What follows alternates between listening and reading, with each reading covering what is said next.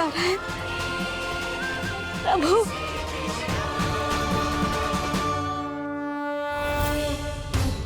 जिस रास्ते को इतने यत्न से संभाल के रखा था, आज वो सबके सामने खुल गया।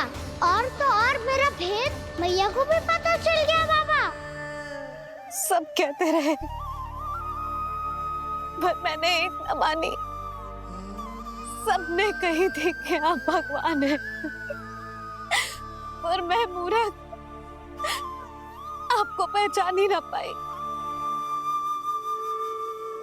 कितनी अभागी हूं मैं।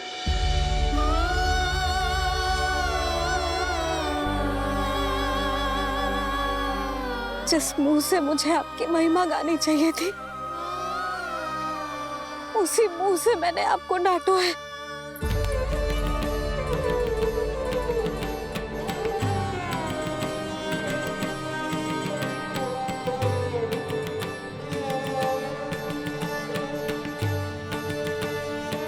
जिन हाथों से मुझे आपके चरण छूने चाहिए थे, उन हाथों से मैंने आपके कान पकड़े।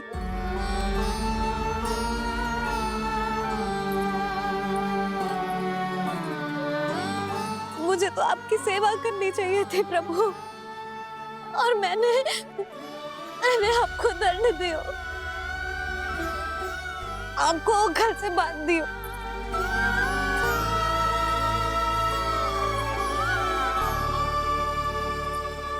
बावली हो गई थी प्रभु। अपने श्री नारायण को, अपने प्रभु को एक साधारण सा बालक समझ लियो मैंने।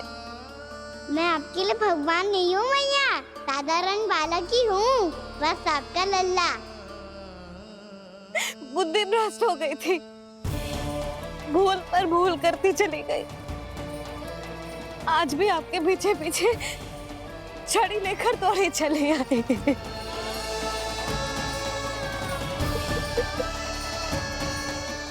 अपने आप को दोष मत दो मैया, आपके ममता के लिए तो जन्म लिया है मैंने। हमारा से मन बदलने मत दो, मेरे लिए वही पुरानी मैया बनी रहो आप, और मुझे रहने दो आपका वही नटखट लल्ला। मुझे क्षमा कर दो प्रभु, मुझे क्षमा कर दो। बाबा ये कैसा अंत हो गया आज? मैया तो मुझे भगवान मानने लगी, पर मैं इसे स्वीकार नहीं कर सकता। अभी नहीं बाबा, इतनी शीघ्र नहीं। आप ऐसे खड़े क्यों बाबा? कुछ ऐसा करो ना कि मैया फिर से मेरे मैया बन जाए। उनकी दृष्टि में भक्ति नहीं, ममता चाहिए मुझे। कान्हा, मेरे सामर्थ्य में हो तो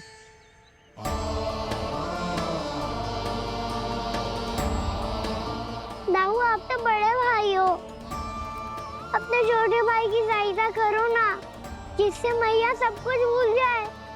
मैं क्या कर सकता हूँ कान्हा? कोई तो सहायता करो मेरी।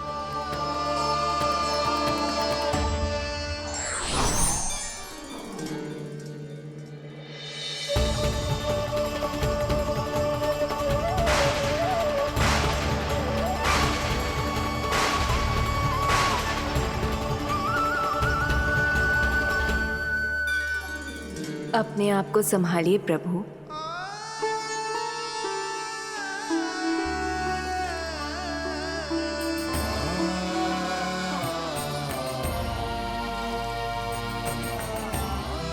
देखो ये क्या हो गया, भैया को सब पता चल गया।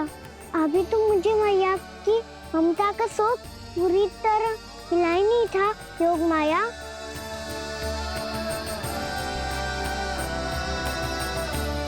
मेरी सहायता करो ना। कितनी अद्भुत है ममता की शक्ति। भगवान को भी एक साधारण बालक बना देती है। बालक की बना रहना चाहता हूँ मैं, नहीं चाहता दिव्य होना, नहीं चाहता भगवान बनना। बस मैया की गोद में रहकर ममता की रस से सेम को भी घनो जाता हूँ। इनकी डांट फटकार का सुख पाना चाहता हूँ। कुछ भी करे योग माया, पर इन सबको भुला दो मेरा सत्य।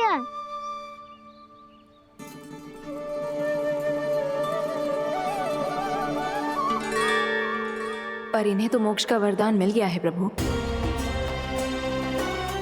इसलिए इनके लिए समय की गति को लौटा पाना संभव नहीं होगा। प्रभु, अब मुझे ये सब भूलने की कोई आवश्यकता नहीं है। मुझसे जो त्रुटि हुई है अब वो दोबारा कभी नहीं होगी, और आज के बाद आपका ये सत्य मैं किसी को नहीं बताऊंगा प्रभु, क्योंकि मुझे पता चल गया है कि आपका यशोमती मैया के लल्ला बने रहना कितना आवश्यक है।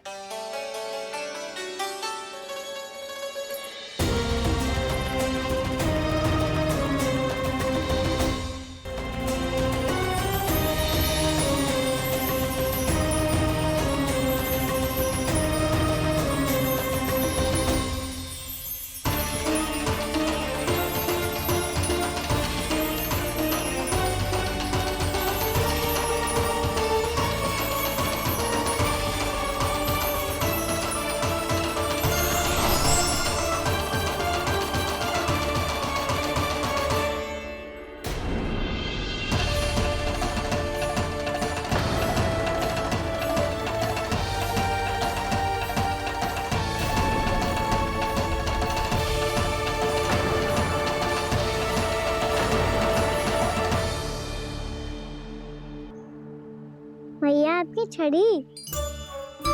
पहले चुपके से भाग जातो है, फिर स्वयं ही छड़ी भी पकड़ा रो है? नटखट कहीं का। हंसी आ रही है? अरे किस बात पे इतनी हंसी आ रही है रे? हाँ?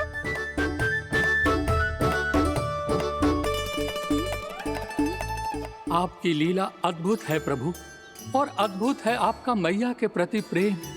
हंसी ना है मैया, ये तो प्रसन्नता है, अपने मैया से मिल जाने की प्रसन्नता। अच्छा, ढूंढ मैं तुझे रही हूँ और तू कह रहे हो कि मैं मिल गई तुझे। तू घर चल लल्ला, अच्छे से पिटाई करूंगी तेरी।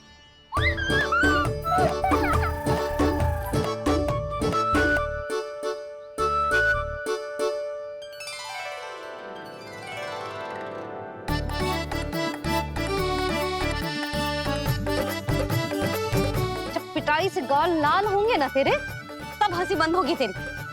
चल।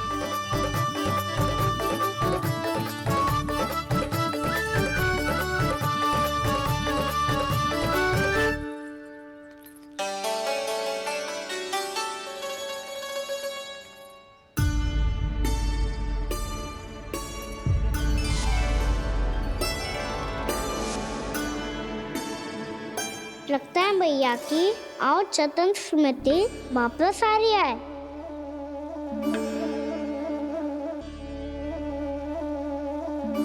यशोदा, क्या होगो? ना कछु ना। आपको बताऊंगी तो और हंसेंगे मुझ पे। बोल दो, मैं उपवास ना उड़ाऊं, सच्ची। देखो देखो इसे कैसे हंस रहा है। मेरे हाथ में छड़ी है, मैया क्रोधित है, पर जे तनिक में बहना लग रहा है इसे। हाँ, हंसे जा रहा है।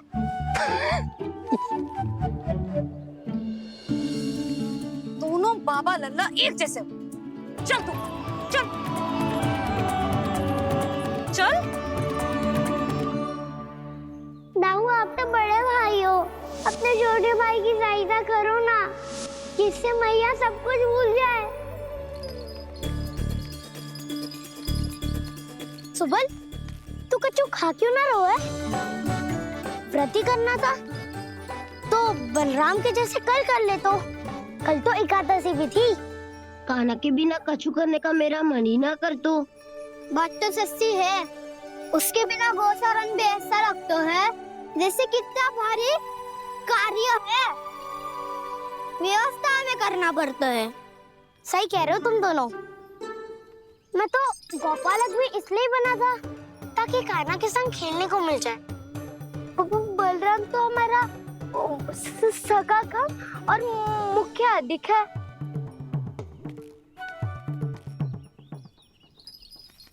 रुक जाओ, तुम सब कुछ देर विश्राम कर सकते हो।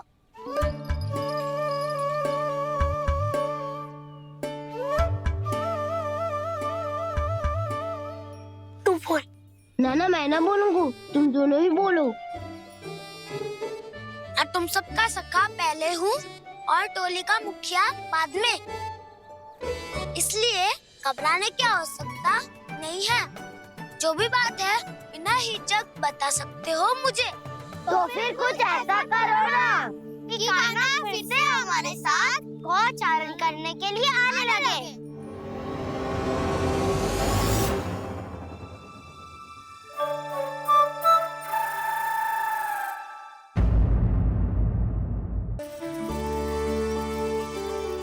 अरे इसी क्षण कार्य आरंभ करना आवश्यक ना है, कुछ खा तो लो। ना, अभी बिल्कुल भूख ना है। और हाँ भगवान, तुम्हें चिंता करने की आवश्यकता नहीं है। आज मैं किसी को भी 2 शब्द कहने का अवसर नहीं दूंगा।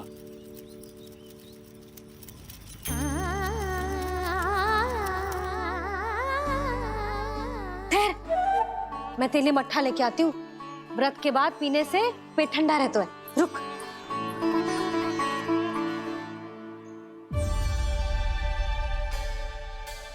भक्तों ने अभी तक व्रत नहीं तोड़ा है, मैं कैसे तोड़ लूं?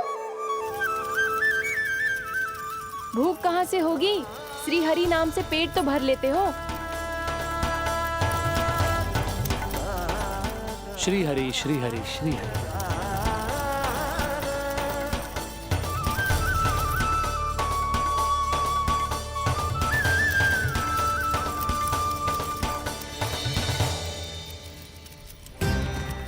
हरि हरि प्रभु हरि, हरि हरि प्रभु हरि, हरि हरि प्रभु हरि, हरि हरि प्रभु हरि। कल से अन्न का एक दाना ना गो है पेट में। अब क्या व्रत तुड़वाने भी आपके प्रभु ही आएंगे? अब क्या व्रत तुड़वाने भी आपके प्रभु ही आएंगे? मैया,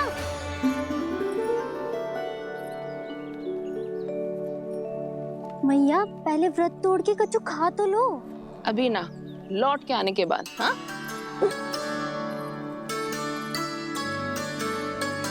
बलराम ठहरो पुत्र, पहले कुछ खा लो। व्रत तोड़ना आवश्यक होता है। मैया ने एकादशी का महत्व बताया। लगता है मुझे सबको द्वादशी पर व्रत तोड़ने समाप्त करने का महत्व बताना होगा। हरि हरि हरि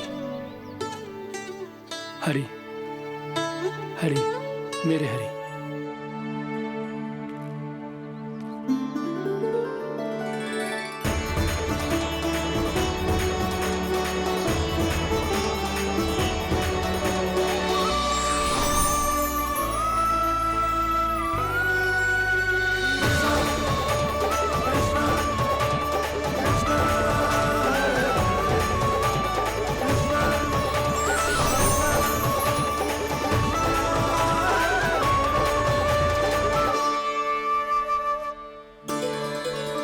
अभी अभी तो मैंने बच्चों की माँ को वचन दिया था कि आज किसी को शिकायत करने का अवसर ना दूंगा, और अब मैं प्रभु श्री हरि की कल्पना जसोमती रानी के लल्ला में ही करने लगा।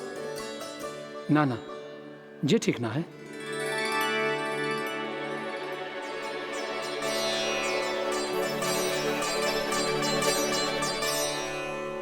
ठीक ही तो है, बिल्कुल सही पहचाना है आपने। बड़े तो बड़े, अब तो बालक भी हमारा उपहास उड़ाने लगे। मैं आपका उपहास नहीं उड़ाने आया, मैं तो आपके एकादशी के व्रत को पूरा कराने आया हूँ।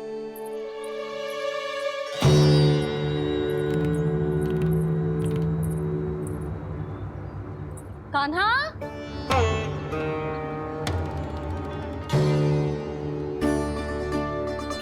तो ये रे आपकी छड़ी और ये रे मेरी पीठ। सेक बिना ताकत तोड़।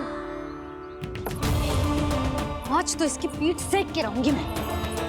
मैया घर पे भूखी मुझे ढूंढ रही होगी। लो आज द्वादशी के दिन पहले प्रहर में भोजन करके अपना एकादशी का व्रत पूरा करो आप। धन्यवाद राजकुमार, पर अभी हमें भूख नहीं है।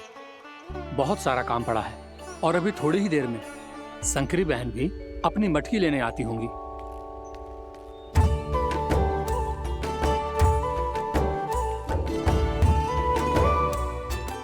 पर मैं आपका व्रत पूरा कराए बिना नहीं जा सकता। भला क्यों? भक्त भूखा रहे और भगवान खा ले, ऐसा हो सकता है भला?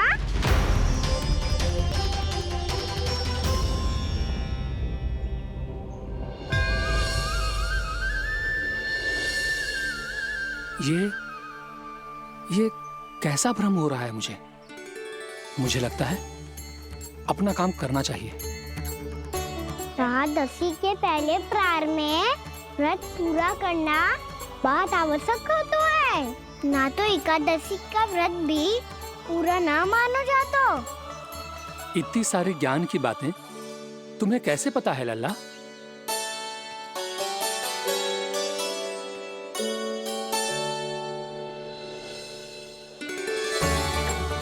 जैसे एकादशी की कथा होती है, वैसे द्वादशी की महिमा भी एक बहुत महत्वपूर्ण कथा है।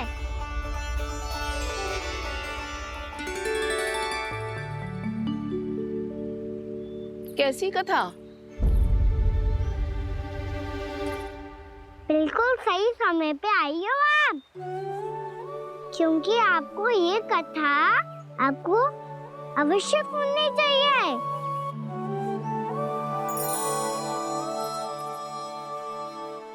मुझे क्यों?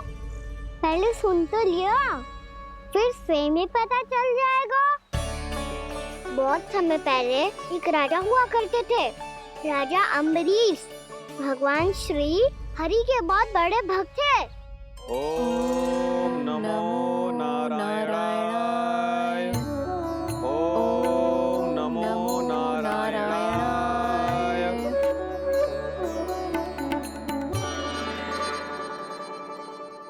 नेक पुण्य के काम करते थे वो।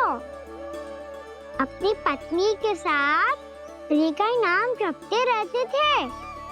उन्होंने 12 माह एकादशी का व्रत करो निर्जल पास किया, और जब उनकी 12वीं एकादशी का व्रत द्वादशी के दिन तोड़ने का समय हुआ, तभी महर्षि दुर्वासा अपनी 100 शिष्यों के साथ उनके महल में पधारे।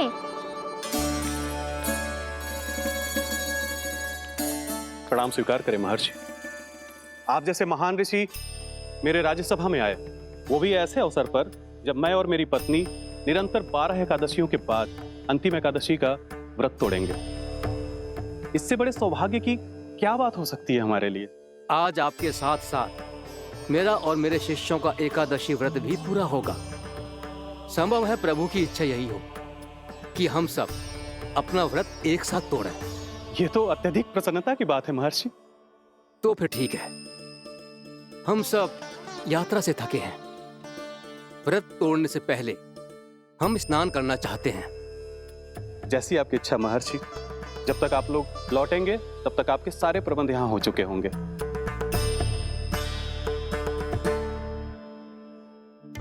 महर्षि दुर्वासा स्नान करने गए थे, पर उन्हें लौटने में विलंब हो रहा था, और इधर द्वादशी पर व्रत पूरा करने का मुहूर्त बीता जा रहा था।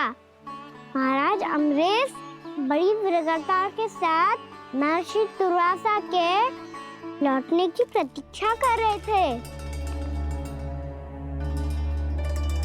महाराज, व्रत तोड़ने का मुहूर्त बीता जा रहा है, बस कुछ ही समय बचा है। महर्षि और उनके शिष्यों को लौटने में न जाने कितना समय लग जाएगा। मेरा सुझाव है कि आप मुहूर्त समाप्त होने से पहले व्रत अवश्य तोड़ लें। गुरुदेव, हमने महर्षि दुर्वासा को वचन दिया है कि जब तक वो लौटेंगे नहीं तब तक हम व्रत नहीं तोड़ेंगे।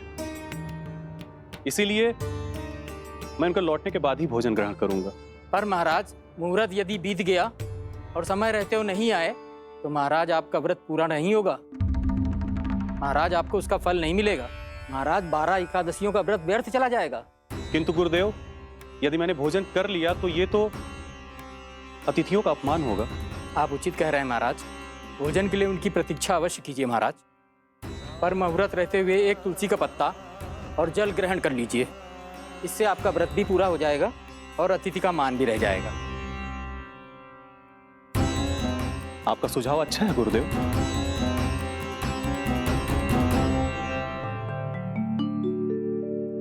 जैसे ही महाराज ने तुलसी का पत्ता खायो, वैसे ही महर्षि दुर्वासा लौट आए। महाराज,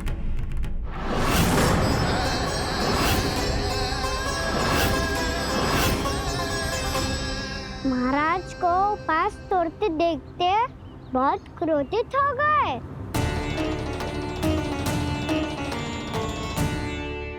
बहुत बड़े भक्त हैं आप, परंतु आप ये नहीं जानते अपने अतिथियों के साथ कैसा व्यवहार करना चाहिए। आपने हमें साथ भोजन करने का वचन दिया था, पर अपना व्रत क्यों तोड़ा आपने? महर्षि, मैंने भोजन नहीं ग्रहण किया।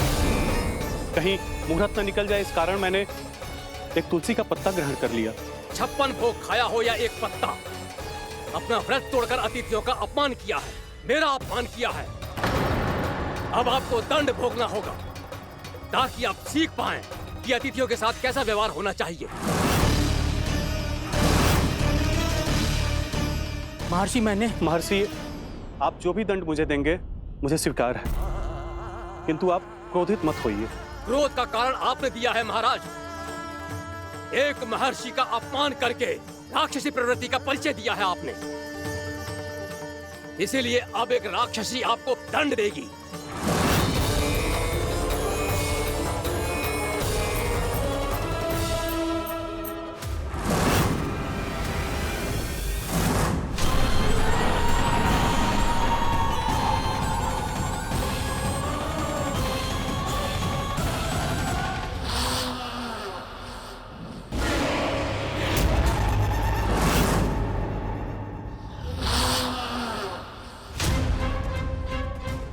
हे प्रभु, यदि मैंने सच में महर्षि का अपमान करने की भूल की हो तो मैं उसका परिणाम भोगने के लिए प्रस्तुत हूं। ओम नमो नारायणाय, ओम नमो नारायणाय नमः। महर्षि दुर्वासा को यह आभास ही नहीं था कि महाराज अम्बरीश ने उनका अपमान नहीं किया था। फिर भी उसे अपमान मान के वो श्री नारायण के भक्त पे संदेह कर रहे थे। मैंने भी तो भोला राम की भक्ति पे संदेह किया था। हे नारायण, ये क्या पाप हो गया मुझसे? संदेह किसी अपमान से कम ना हो तो, और भगवान सब सह सकते हैं, पर उनके प्रिय भक्तों का अपमान सहन ना कर सकते। इसीलिए उन्होंने अस्त्रक्षेप करने का निर्णय लिया।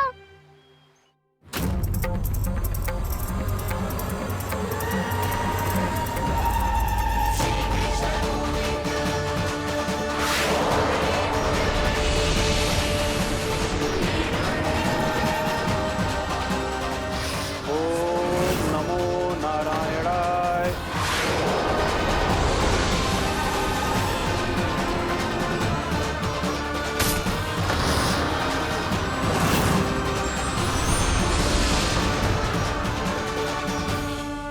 और फिर भगवान का वो सुदर्शन चक्र महर्षि दुर्वासा के पीछे पड़ गया। ये चक्र तो मेरी ओर बढ़ रहा है।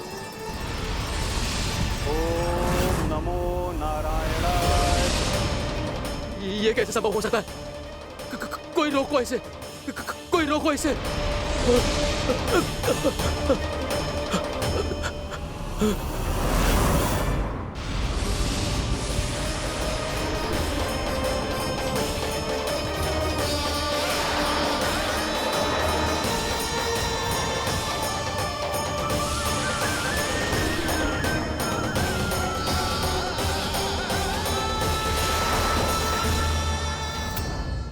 चक्र से अपने प्राण कैसे तैसे बचाते बचाते महर्षि दुर्वासा ब्रह्मलोक जा पहुंचे।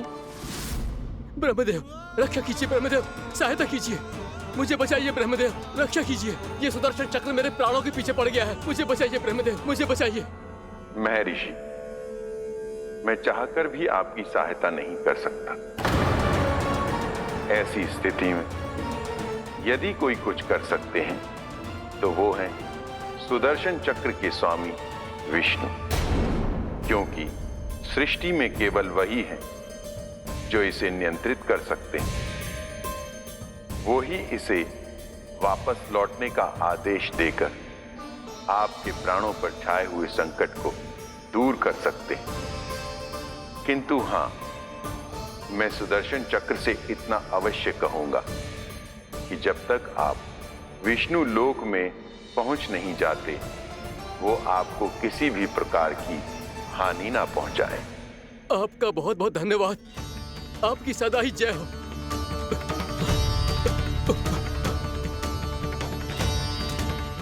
फिर क्या था? भागते भागते महर्षि दुर्वासा सीधे भगवान श्री हरि के शरण में बैकुंठ पहुंच गए। त्राहिमाम प्रभु, त्राहिमाम, मुझे बचाइए, मेरी सहायता कीजिए प्रभु, मेरी सहायता कीजिए। मैं आपके इस चक्र और ऊर्जा से नहीं भाग सकता प्रभु, कृपया करके अपने सुदर्शन को रोकिए, इसे वापस लीजिए प्रभु। यह असंभव है महर्षि। एक बार सुदर्शन चक्र मेरे हाथों से छूट जाए तो अपना उद्देश्य पूरा किए बिना, मेरे भक्तों की रक्षा किए बिना वापस नहीं लौटता। कोई तो उपाय होगा प्रभु, कृपया करके मेरे प्राण बचाइए प्रभु। मैं सुदर्शन की ऊर्जा से जलकर भस्म नहीं होना चाहता प्रभु। आप जो कहेंगे मैं करूंगा प्रभु, मेरी सहायता कीजिए प्रभु, मेरी सहायता कीजिए। एक उपाय है, किंतु मुझे नहीं लगता कि आप वो कर पाएंगे। मैं अवश्य करूंगा, मैं अपनी प्राण रक्षा के लिए कुछ भी करूंगा प्रभु। आपने मेरे भक्त राजा अम्बरीश को भक्ति का कर्तव्य निभाने के लिए अपमानित और दंडित किया है महर्षि, पर भक्त की रक्षा करना भगवान का कर्तव्य है। इसलिए यदि आप भक्त राजा अम्बरीश के पास जाकर क्षमा याचना करें और यदि वो आपको क्षमा कर दे तो ही ये चक्र आपके प्राण लिए बिना लौट सकता है। अन्यथा आप तो जानते हैं महर्षि, मेरे भक्त का अपमान मेरा अपमान। भक्त का अपमान भगवान के अपमान से कम ना हो तो है। महर्षि दुर्वासा को भी ये बात समझ आई और फिर उन्होंने महाराज अम्बरीश से क्षमा याचना की। महाराज महाराज महाराज महाराज महाराज, मुझे क्षमा करें महाराज, मुझसे बहुत बड़ी भूल हो गई महाराज, मुझसे बहुत बड़ी भूल हो गई महाराज। महर्षि, आप हमारे चरण छुए ये उचित नहीं। महाराज, महाराज अम्बरीश, आप नारायण के सच्चे भक्त हैं। मैंने आपको अपमानित किया, दंडित करने का प्रयास किया महाराज। इस अपराध के लिए मुझे क्षमा कीजिए महाराज, और इस सुदर्शन चक्र से मेरे प्राण बचाइए महाराज।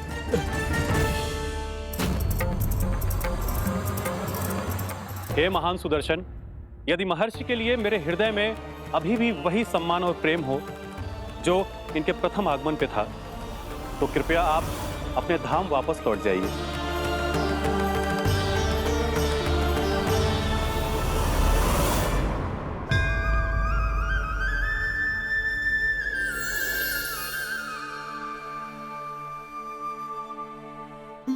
आपका बहुत बहुत धन्यवाद महाराज अम्बरीश।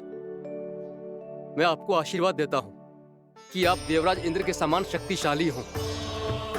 आपकी कीर्ति का पताका 10 दिशाओं में फहराए। मेरी बस एक ही इच्छा है महर्षि कि मैं आपके साथ अपना उपवास तोड़ सकूं। अवश्य महाराज, हम सब भोजन आपके साथ करेंगे और अपने आप को नारायण की सेवा में अर्पित करके व्रत को पूरा करेंगे, क्योंकि आज जो यहाँ हुआ है उससे सिद्ध हो चुका है कि एकादशी व्रत का फल द्वादशी की सुबह भोजन करने से ही प्राप्त होता है। इस कथा से हमें पता चलता है कि सभी को द्वादशी के सुबह भर पेट भोजन करके एकादशी का व्रत पूरा करना चाहिए। और दूसरी बात, भगवान की सच्ची भक्ति अपमान कभी ना करना चाहिए, उनके साथ सदैव प्रेम से व्यवहार करना चाहिए। यही भगवान को सबसे अधिक प्रिय है। भैया भोलाराम, मैंने भी श्री हरि पे तुम्हारे विश्वास का उपहास उड़ाया था, मुझे क्षमा कर दो। ना ना, आप क्षमा मांगकर मुझे लज्जित मत करो, आप तो मेरी बहन जैसी हैं। जब महर्षि दुर्वासा जैसे महान ऋषि को भी प्रभु के भक्त से क्षमा मांगनी पड़ी, तो मैं तो बहुत ही तुच्छ हूँ। मुझे आपकी किसी भी बात का बुरा ना लगा। पर पता है प्रभु को कौन सी बात सब भूला रखता है? कौन सी बात? जब उनका भक्त भूखा रहे, समय पे अपना व्रत पूरा ना करे। और जैसा कि आप सभी ने अभी कथा से सीखो है, एकादशी के व्रत को द्वादशी की सुबह अवश्य पूरा करना चाहिए। अब आप जाओ, अपना व्रत पूरा करो।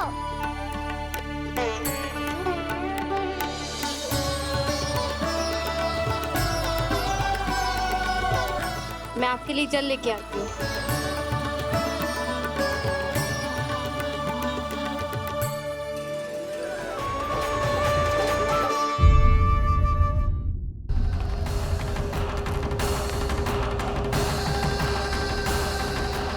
आप तो मेरी प्रतीक्षा में पहले से ही खड़े हैं यमदेव।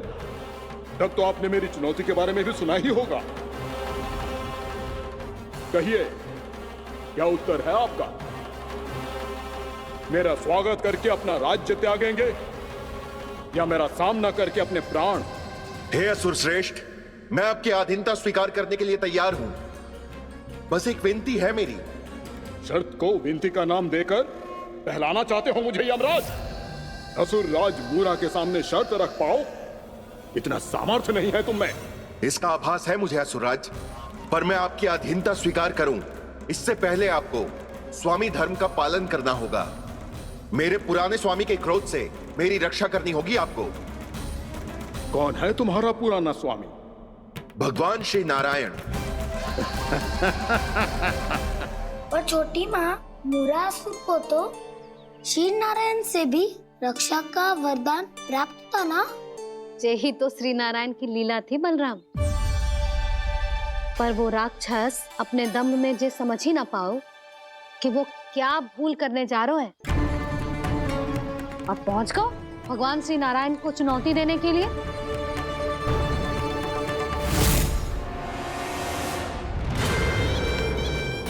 वहीं ठहर जाओ असुर राजमुरा।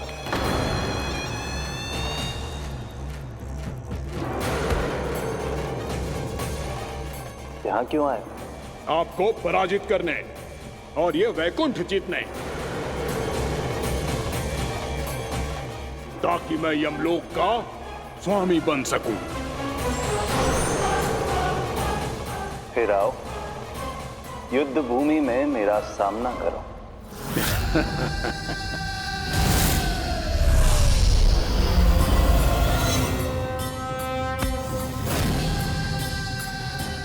ये नहीं जानते कि इनसे ना हारने का वरदान तो मैं पहले ही प्राप्त कर चुका हूं, इसलिए युद्ध ठीक से आरंभ हो पाए उससे पहले ही इन्हें जीत लूंगा मैं।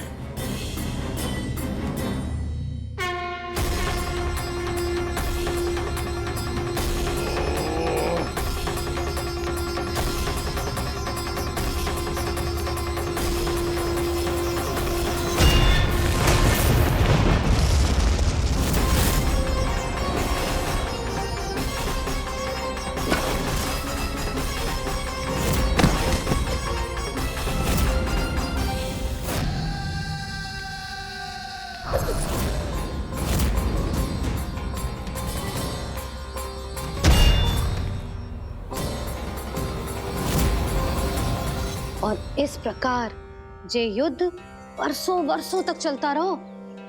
दोनों योद्धा पूरे ब्रह्मांड में अनेक अस्त्रों शस्त्रों के साथ युद्ध करते रहे।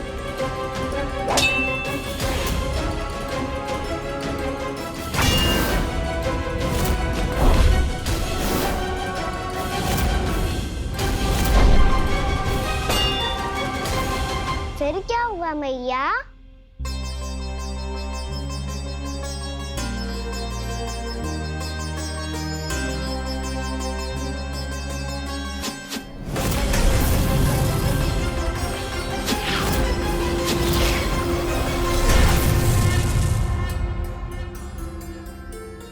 उस युद्ध को कभी समाप्त हुआ हो, पर कैसे?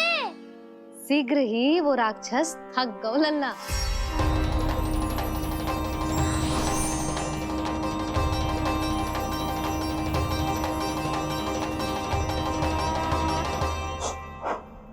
खड़े खड़े देख क्या रहे हैं नारायण? आक्रमण कीजिए, वध कर दीजिए मेरा।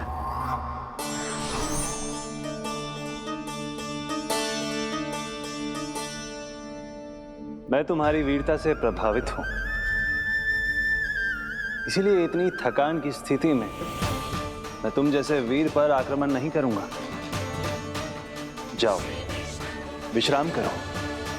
यदि फिर से युद्ध करने की इच्छा हो तो तुम्हारा स्वागत होगा।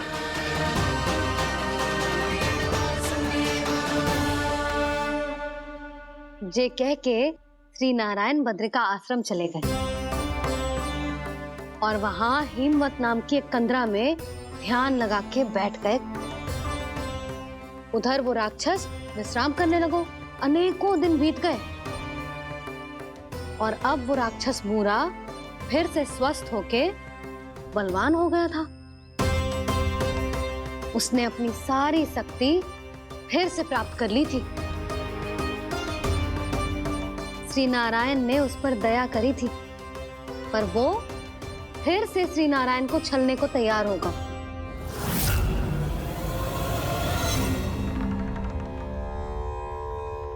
ध्यान में बैठे बैठे श्री नारायण योग निद्रा में चले गए, पर दुष्ट मूरा इसी अवसर का लाभ उठा के उनकी कंदरा में घुस आयो ताकि वो सोते हुए श्री नारायण पे आक्रमण कर सके।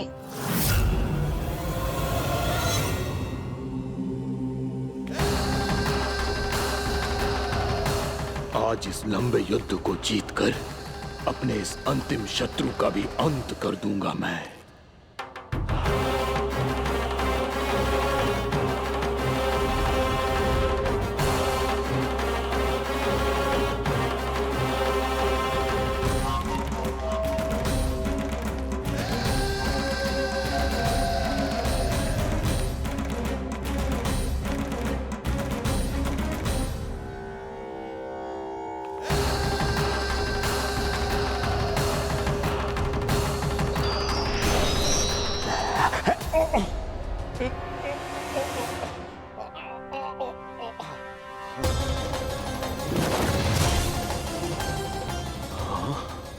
दुष्ट राक्षस, प्रभु ने तुझ पर दया की, तुझे संभलने का अवसर दिया। तू इन्हीं पर ही छल से वार करने चला है।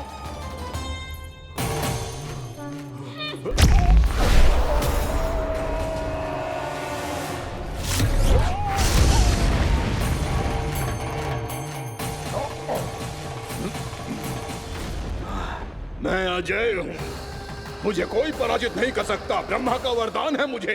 तूने नारायण से अपराजय होने का वरदान मांगा था मूर्ख। उनकी शक्ति से नहीं, ध्यान से देख। मैं तेरी मृत्यु हूँ, मृत्यु।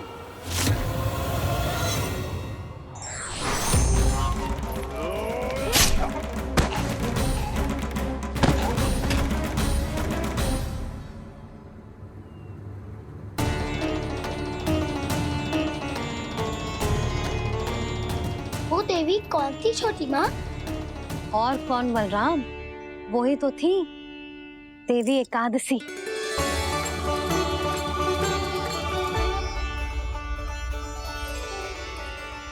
मुझे क्षमा कीजिए प्रभु, आपकी आज्ञा के बिना ही युद्ध करके आपके शत्रु को मृत्यु के घाट उतार दिया। क्षमा नहीं, आपकी तो प्रशंसा होनी चाहिए देवी। असुर राज को मारकर आपने सभी देवताओं को मुक्त करवाया है। इस पापी के अहंकार से तीनों लोकों की रक्षा की है आपने। आप एकादशी की तिथि पर मेरी एकादश इंद्रियों से उत्पन्न हुई हैं। इसीलिए मेरे सभी भक्त आपको उत्पन्न एकादशी के नाम से जानेंगे। सभी तिथियों में आपका स्थान सर्वश्रेष्ठ होगा। जिस तरह आपने राक्षस के आक्रमण से मेरी रक्षा की है, उसी प्रकार एकादशी के दिन व्रत करके जो भी भक्त आपकी कथा सुनेगा, मैं स्वयं उसकी रक्षा करूंगा। जो आपकी पूजा करेगा उसे मेरी विशेष कृपा प्राप्त होगी और उसके साथ साथ उसे मिलेगा धन, सिद्धि और मोक्ष।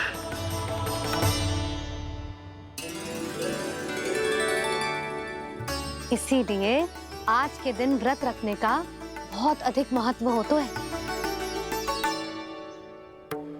बोलो एकादशी मैया की जय। बोलो श्री नारायण भगवान की जय।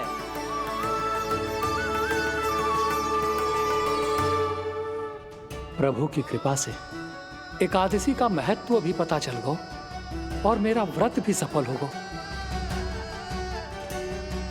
अभी नहीं भूला रहा, एकादशी का व्रत पूरी तरह तभी सफल होता है जब द्वादशी के दिन उसे पूरा किया जाता है।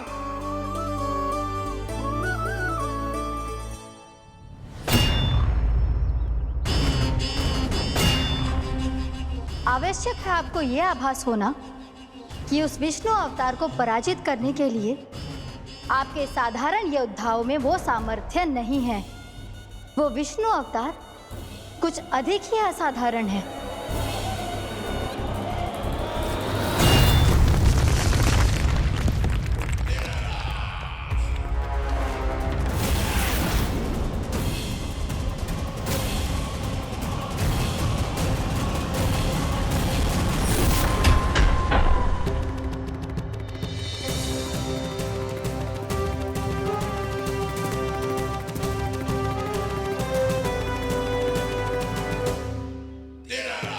अब मैं दिखाऊंगा उस विष्णु अवतार को असाधारण शत्रु क्या होता है।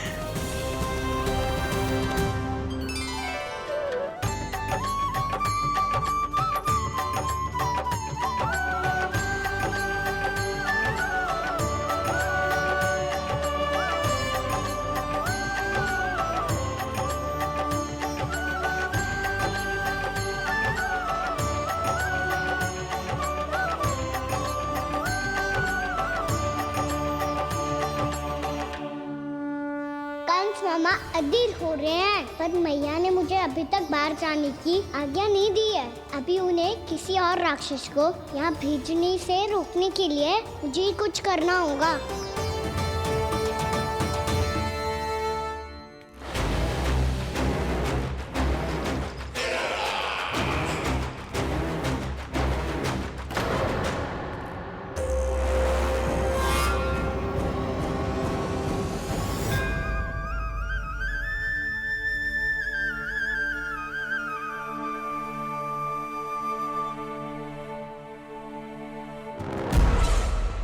कौन हो तुम? बचपन से ही मुझे मारने का सपना देख रहे हैं, फिर मुझे ही नहीं पहचानते।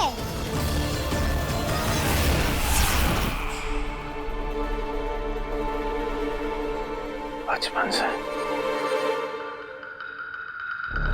विष्णु अवतार। कोई गाना बुलाता है तो कोई मुरलीधर पुकारता है, कोई माखन चोर कहता है, कोई कहता है चिच्चोर।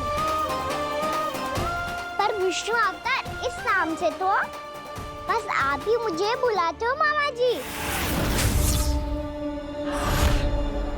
इतना साहस, ये तो यहां आ गया है।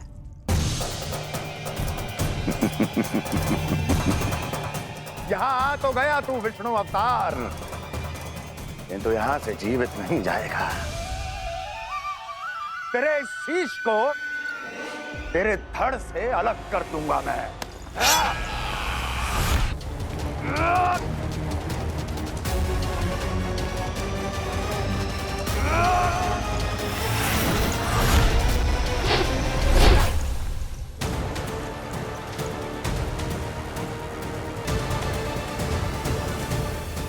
कहाँ देख रहे हो मामा जी?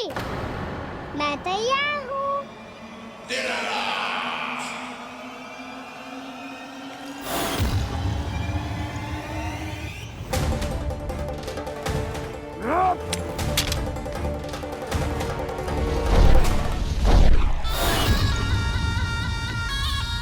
मामा जी, आप सदैव इसी तरह क्रोध में रहते हो क्या?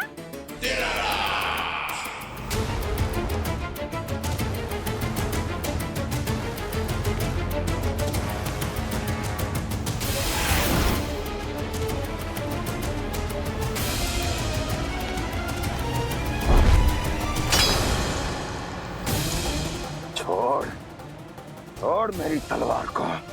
छोड़ो तो तब जब पकड़ा हूँ।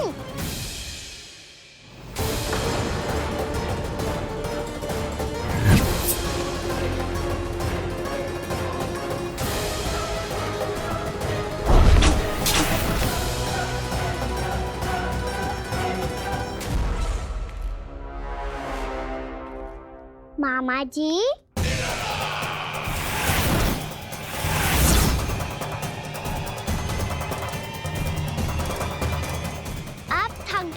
थोड़ा विश्राम कर लो। आपका तो पता नहीं, मैं अवश्य थक गया हूँ।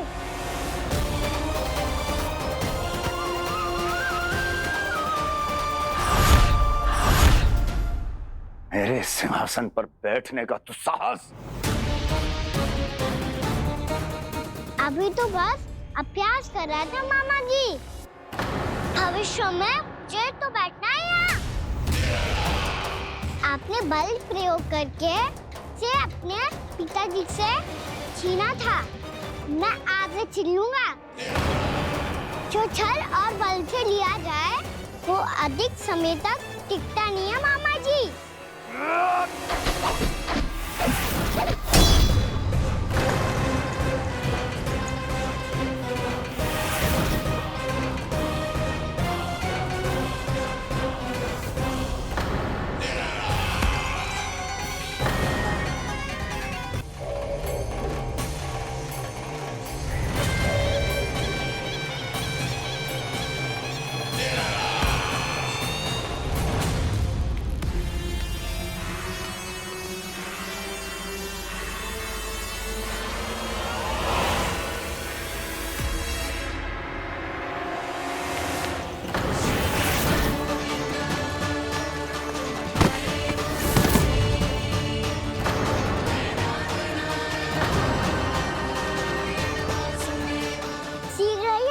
सिंहासन छोड़ना होगा।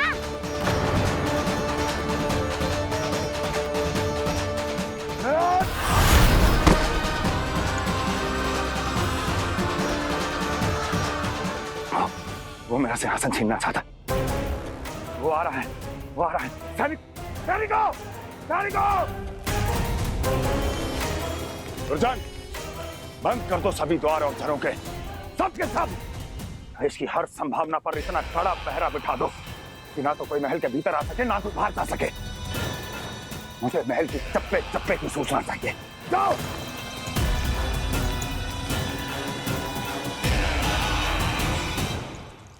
सिंहासन।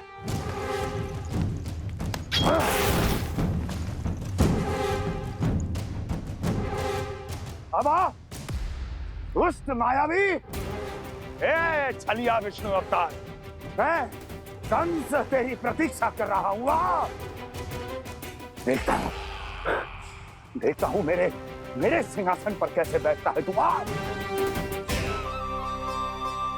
मुझे तो बस कुछ समय चाहिए था, वो मिल गया। अब करते रहिए आप प्रतीक्षा।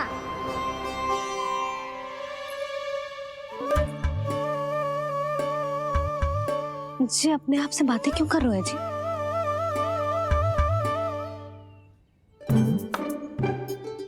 आप मुस्कुरा क्यों रहे हो? ना कचू ना। बताओ क्यों मुस्कुरा रहे हो? तुम्हीं पर गए हैं जी। जब तुम व्रत करती हो तो तुम भी ऐसा ही करती हो। इसी प्रकार भूख अधिक लगने पर अपना ध्यान भटकाने के लिए स्वयं से ही बड़बड़ाती रहती। होगा। आपको तो बस मेरा उपहास उड़ाने के लिए बहाना चाहिए।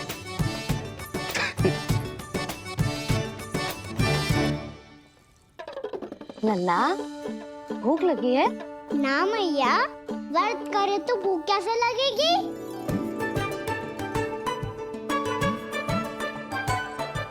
यदि लगी हो तो छोटे बालकों को थोड़ी बहुत भूल चूक क्षमा होती है। कछु ना तो फल तो तू खा ही सकते है। अब तो पूरे नियम और विधि विधान से व्रत तोड़ूंगा। कल द्वादशी के सुबह मुहूर्त के अनुसार। ठीक।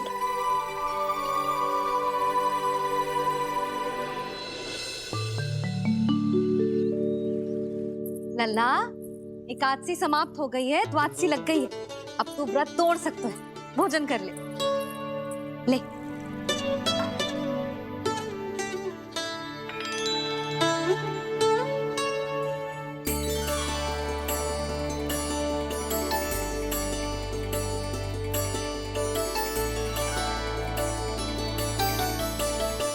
आज तो कार्य कर लीजिएगा। मैं ना चाहती कि सब गांव वाले फिर से आपका उपहास उड़ाएं। अरे, इसी क्षण कार्य आरंभ करना आवश्यक ना है। कुछ खा तो लो। कल भी पूरे दिन व्रत में रहे, अब तो कुछ खा लो। ना, अभी बिल्कुल भूख ना है।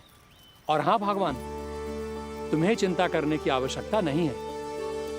आज मैं किसी को भी 2 शब्द कहने का अवसर नहीं दूंगा। अरे, कुछ खाओगे पियोगे नहीं तो कैसे रहोगे?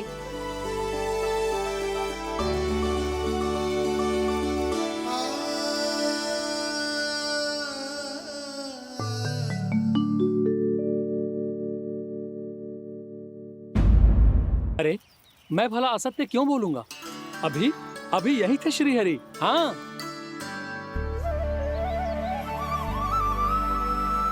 हाँ, जैसे श्री हरि को तो कोई कार्य है ही ना। वो तो आतुर होके बैठे रहते हैं, कब तुम हरि हरि बुलाओ और वो दौड़े चले आए। भगवान तो भक्तों के पास आने के लिए सदैव आतुर रहते हैं। बल्कि सत्य तो यह है कि भक्तों के मन में ही निवास करते हैं भगवान। भगवान तो भक्त के पास आने के लिए सदैव ही आतुर रहते हैं शंकरी मौसी। बल्कि सच्ची बात तो ये है कि भगवान हमारे मन में ही निवास करते हैं। कम से कम तू तो इसे बढ़ावा मत दे जशोदा। जब देखो जब हरि नाम की रट लगाए रहते है। हरि बोलते बोलते ऐसो बावलो होता है कि सारा कार्य भूल जाता है। 2 दिन से अपनी मटकी के लिए चक्कर काट रही हूँ। अभी तो एक चक्कर और लगाना होगा आपको। आपकी मटकी तैयार हो गई है, अभी लाता हूँ।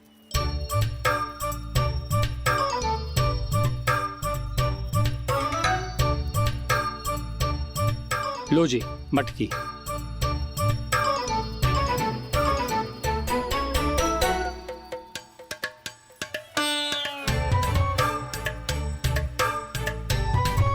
इस कच्चे मटके का क्या करूं मैं? हाँ?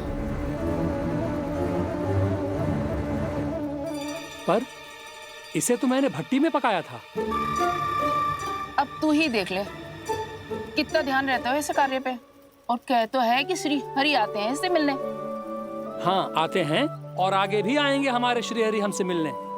और आके मोक्ष देंगे, है ना? मांगूंगा तो मोक्ष भी दे देंगे, मांगूंगा तो मोक्ष भी दे देंगे, मांगूंगा तो मोक्ष भी दे देंगे। अभी तो ये बता कि तू मुझे मेरी मटकी कब देगो? और मेरी मांग कब पूरी करोगे भोला राम जी? मेरो घड़ा मेरे दिए तो तैयार है ना कल एकादशी की पूजा और व्रत के लिए? एकादशी का व्रत? हाँ, एकादशी का व्रत। इसे करने से श्री हरि बहुत प्रसन्न होते हैं। अच्छा, फिर तो अभी लाया।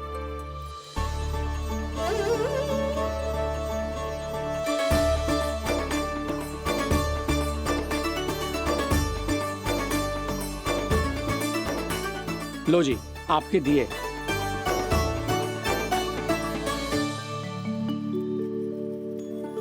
और जो हमने मांगा है वो? बाकी सब शेष द्वादशी के दिन मिलेगा, क्योंकि कल मैं भी एकादशी का व्रत रखूंगा। क्योंकि कल मैं भी एकादशी का व्रत रखूंगा। क्योंकि कल मैं भी एकादशी का व्रत रखूंगा।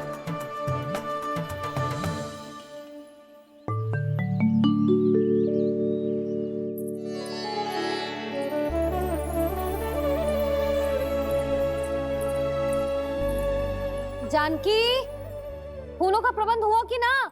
हाँ भाभी, जे रहे। सदैव विलंब कराती है। पर भाभी इस बार तो फूल समय से ही लाई थी।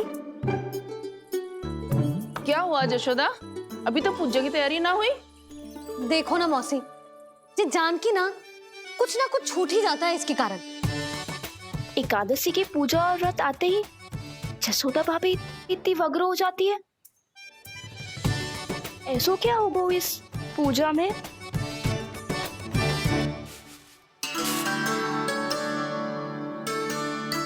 ये थाली में रोली चंदन रखने से, दिया जलाने से के होगो? आपको पता भी है एकादशी का व्रत क्यों रखते हैं? क्या महत्व है इसका? लो, जे तो मैं जसोमती रानी से पूछना भूल ही गया। पर हाँ भगवान, मेरे लिए इतना ही पर्याप्त है कि इस व्रत को रखने से मेरे श्री हरि हमसे प्रसन्न हो जाएंगे।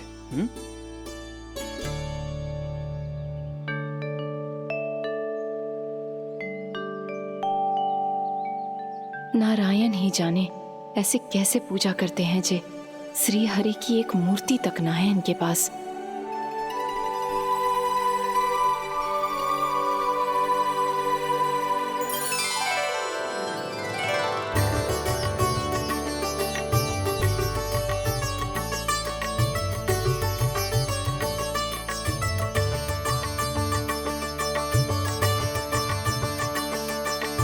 प्रभु, न तो मेरे पास मूर्ति है और ना तो इस व्रत के विधि विधान के बारे में मुझे जानकारी है और ना ही मुझे इसके महत्व के बारे में जानकारी है, पर फिर भी मैं करना चाहता हूं।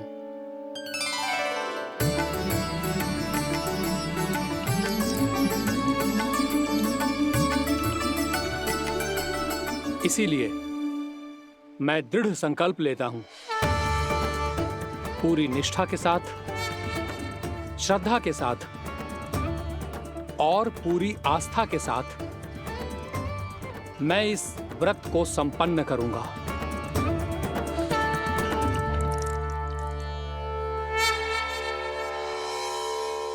हम संकल्प लेते हैं कि एकादशी के व्रत को पूरी निष्ठा के साथ संपन्न करेंगे।